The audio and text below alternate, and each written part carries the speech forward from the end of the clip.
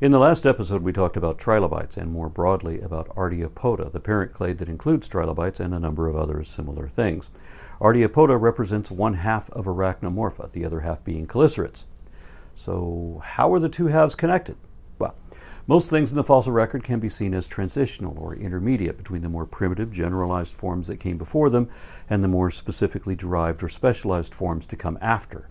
And some arthropods are similar and seemingly basal to chelicerates. But there's some discussion as to whether arthropods should be included within Arachnomorpha for the reason that they don't actually share the arachnomorph. Mandibulata are known for their mandibles, of course, while their sister clade, Arachnomorpha, are known for their spider shape, a trait that arthropods don't really have. And to be fair, most chelicerates don't look spider-shaped either, not until you turn them upside down. In the previous episode, I showed you the evolution of trilobites, and we went on from there to see where some aglaspids went from a series of repeating pairs of legs, like centipedes have, to a division of two separate sets of legs configured differently from each other, and then reducing or losing some or all of that back set of legs, leaving them with this configuration of usually 10 limbs, which in chelicerates typically takes the form of 8 legs and 2 pedipalps radiating outward from a central circle. That is the arachnomorph, the spider shape. Well, technically they have 6 pairs of legs. It's just that first pair are the chelicerae, which are usually too small to see. They're the tiny sets of claws right at the opening of the mouth that are how it chews its food, except that in spiders the chelicerae have been modified into fangs. Now, the only arachnomorphs we have left are arachnids, and horseshoe crabs that are not really crabs, and sea spiders that are not really spiders. But the trilobites and not quite trilobites are all gone, along with a few lost lines of chelicerates, and we're going to talk about those today. The relatively few surviving lineages teach us all we know about arachnomorph biology, things we probably couldn't tell from fossils alone. For example, their blood isn't really blood, and it doesn't flow through veins, but it's more like the way lubricant flows through a car if the engine, transmission, and gears all circulated the same fluid throughout. In chelicerates, their analog of blood is hemocyanin, not hemoglobin, which means that their blood is blue. I don't know how we would know all of that if all we had to look at were fossils. One advantage that Arachnomorpha has over most of their sister group, Mandibulata, is that arachnomorphs grow and develop symmetrically, where the babies look like smaller versions of the adults. They don't go through that grubby larval and nymph stage like insects and crustaceans do, where they're born or hatched before they're fully developed and have to go through one or more complex metamorphoses to correct for that developmental defect. Interestingly, though, embryology provides a lot of information about evolution, and when we look at some myriapods, they really look similar to insects, and of course, insect larvae look like myriapods, just without the exoskeleton. Now look at the early development of spiders in embryo. Note how much they look like myriapods and even more like trilobites and aglaspids. Their embryology even shows 6 pairs of legs, chelicerae, pedipalp, and 4 pairs of walking legs, and the aglaspid part, where it looks like another set of legs that might have developed but didn't, all of which makes sense when you take their evolution into account. Here we see represented that while trilobites don't necessarily have the arachnomorph, arachnids have the trilobite morph, at least at some stage of development. Embryological development and evolutionary development run in parallel in an aspect or even a natural law of evolution called evo-devo. And here's something you might not have noticed, though. We know that shrimp, lobsters, and crabs are decapods. They all have 10 legs, and they're crustaceans, so they're closely related. With shrimp and lobsters, that relationship is obvious, but crabs look different, don't they? In the adult form, they do. But you know how shrimp and lobsters fold their tails underneath them? Crabs do that too. In their very tiny larval stage called a zoea, baby crabs still look a lot like shrimp. They still have a shrimp tail, a tiny one, that then tucks into the underside of their carapace as they mature, leaving this telltale suture. As usual, evolution provides the only explanation for this vestigial trait. And things like this are why mathematicians and engineers, people trained to see things in terms of design, may imagine an intelligent designer as an alternative to evolution, but biologists and geologists know better. For example, is there an intermediate form between arthropods and chelicerates? Of course, and not just in embryo. There are myriad transitional forms all through the fossil record. This one is Megachiera, a clade of in-betweens that look like a trilobite packing chelicerae, a bit of both worlds in this one. These look a lot like Sanctocaris, also known as the holy shrimp, even though it's neither wholly nor a shrimp. It's the earliest known chelicerate, if in fact that's what it is, because as we saw last time, there are some animals that are so transitional that they're just barely included or just barely excluded from whatever group. Because remember, we can say the same thing about Pycnogonida, also known erroneously as sea spiders, because they too are either just barely chelicerates or they're almost but not quite chelicerates, because their chelicerae are they're not quite chelicerae, they're only cheliphores, as if they're malformed. If sea spiders do belong in Chelicerata, then they differ from the rest of chelicerates in that they have broken the code of the Mandalorian when they took off their helmets. That's why the remaining chelicerates are euchelicerates, meaning the true chelicerates, the ones who kept their helmets on. This is the way. This is the way. This is the way. Because in them we see a clear progression from Megachiera to Ophicolis. And what do these look like? It may not look familiar yet, but what if you turn it upside down to look at the underside of it? Don't shout out the answer now. Let the rest of the class catch up as we look at each of their sister groups.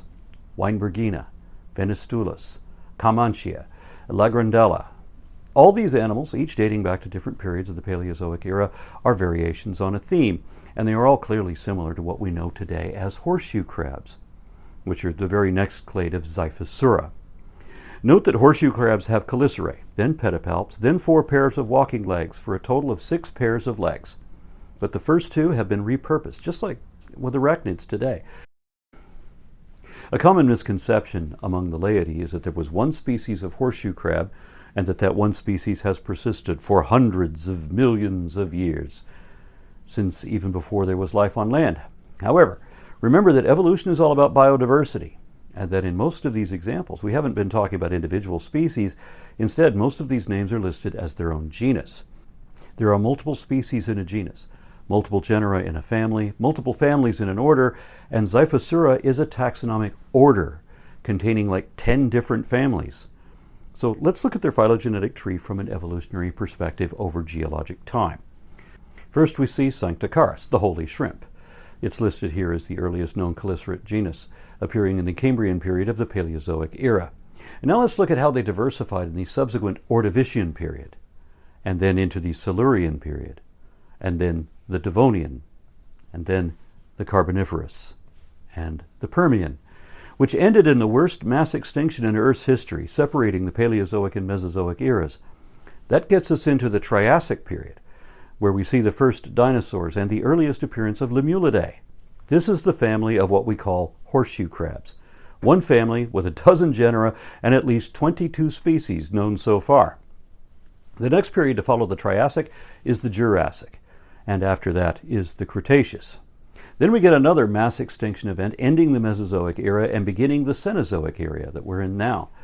Although an argument could be made that the Anthropocene extinction event that humans are causing right now is effectively the end of the Cenozoic era.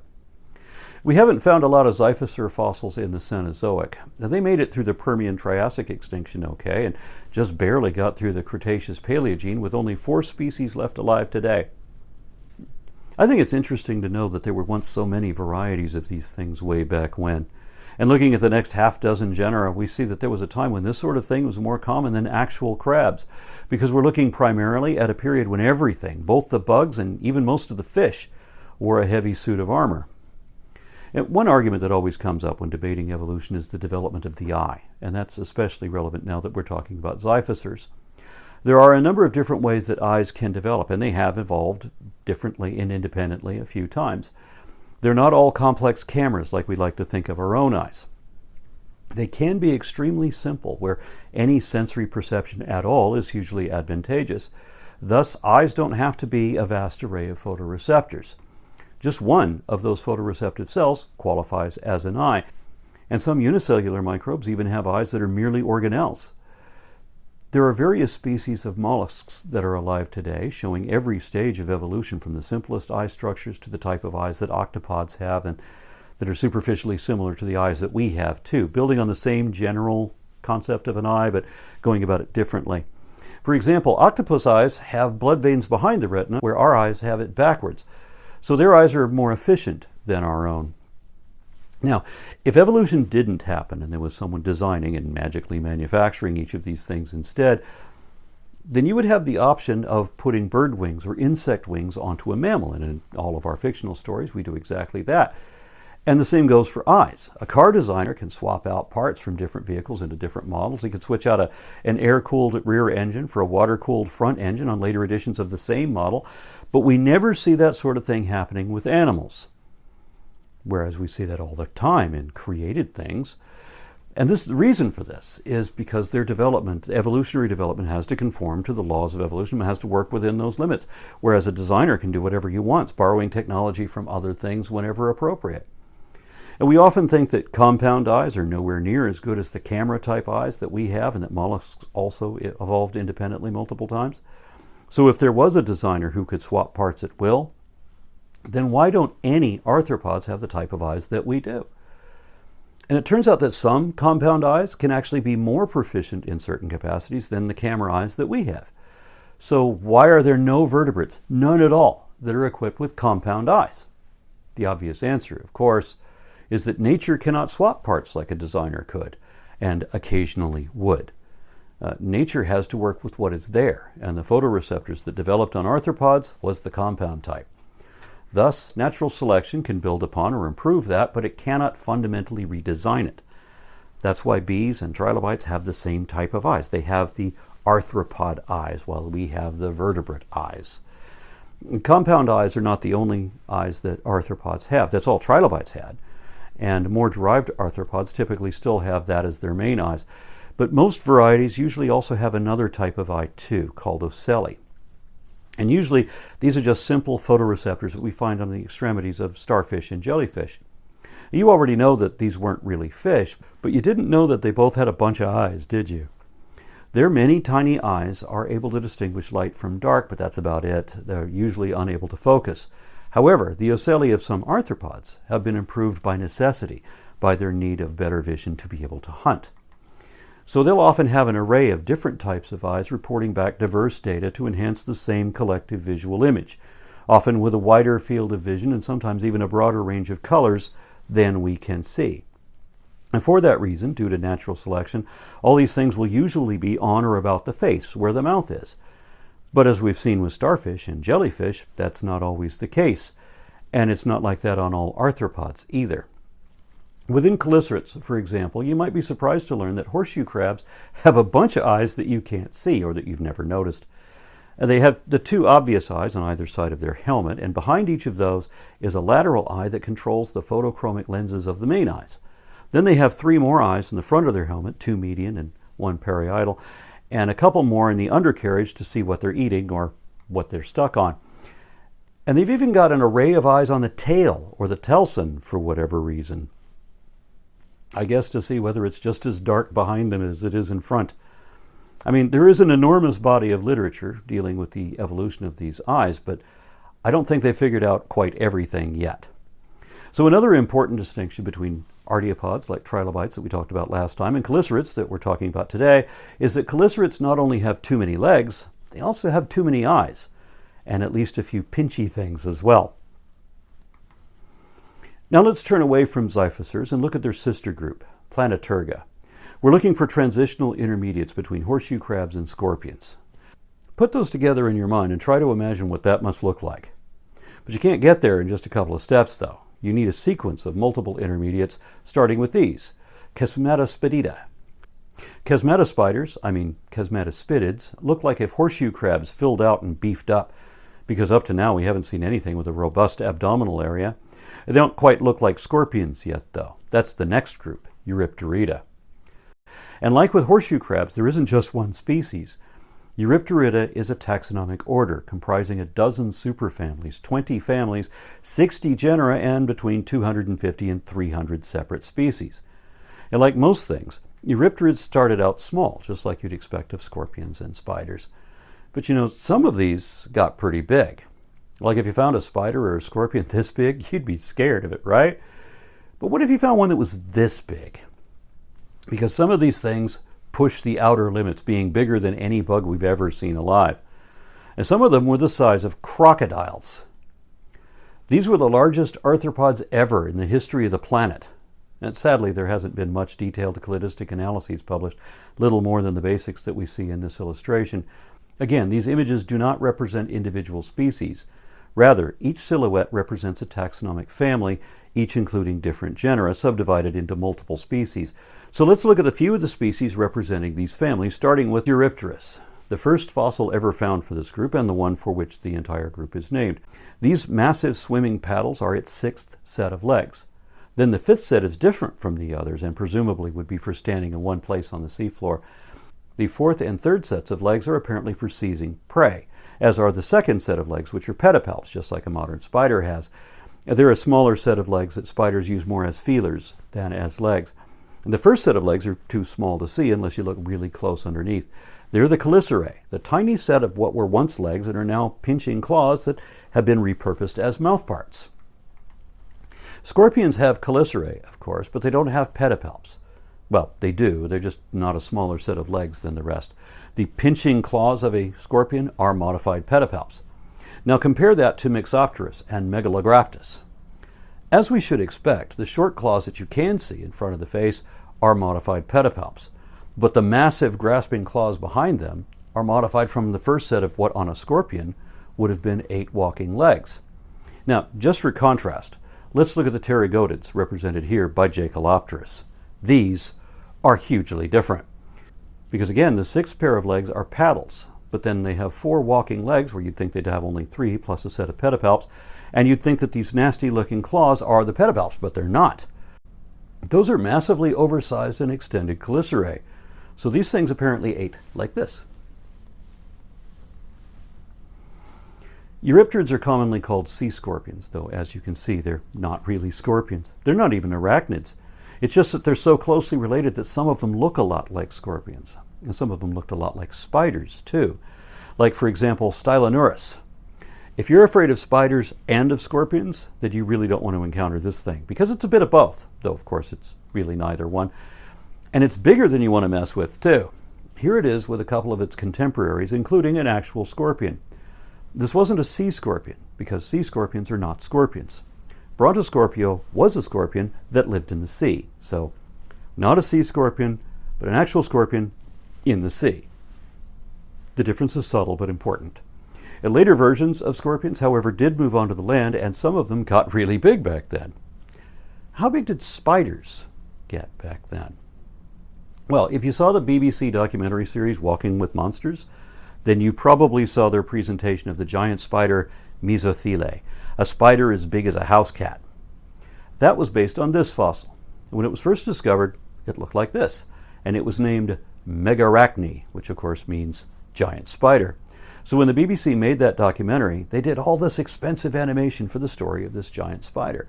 But then just before they recorded the narration for it, it was discovered that the fossil was incomplete and that it really looked more like this, meaning that it wasn't a spider at all, but a very spider-like Eurypterid.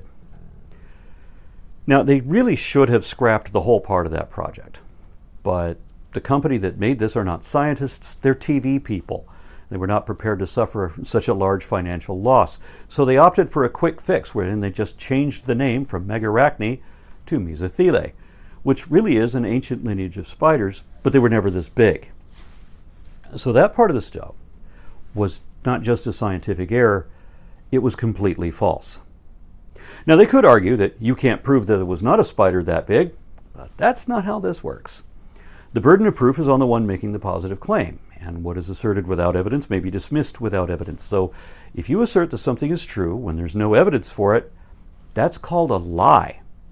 In every application except religion. Religion is the only exception that will let you get away with that. Now, Megarachni was a very spider-like animal, but it lived in the water, like sea scorpions typically do. That's why they're called sea scorpions. However, one of the last known Eurypterids also followed true scorpions onto the land, at least temporarily, occasionally.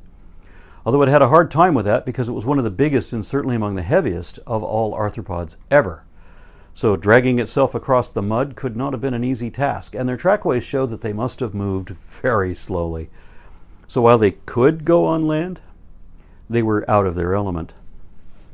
Now, Eurypterids evidently died out some 220 million years ago in the Permian-Triassic extinction, also known as the Great Dying, which wiped out 70% of life on land and 96% of life in the sea. So, no more trilobites nor Eurypterids. That's when sea scorpions black out. But arachnids, the real spiders and scorpions, had already escaped the poisonous seas by moving onto land more than 100 million years earlier. And that's the group we're going to talk about in the next episode.